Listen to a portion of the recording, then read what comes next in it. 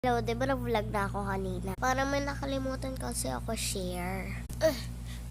Kasi meron yung friend ni Papa. May anak din niya, si Aya.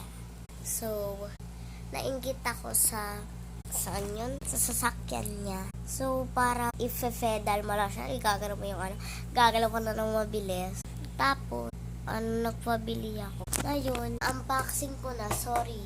Ang gaan din niya. So, ayun na. Hindi ako marunong mag-assemble. So, ayun siya. Tignan ko siya mamaya sa hallway and i-video ko rin yun. Siyempre, mamimiss ko kayo pag wala kayo. Hala, pumunta lang sa tatay, mamimiss ka agad. Parang nakakalimutan ko rin pag andun ako kay daddy. Kasi parang, minsan naisip ko naman na, hala, hindi ako makakapag-vlog sa YouTube. Paano yun? Kaya dito pala ako kay daddy, hindi ako pwede mag-vlog. So yun lang, share for part 2 sa labas.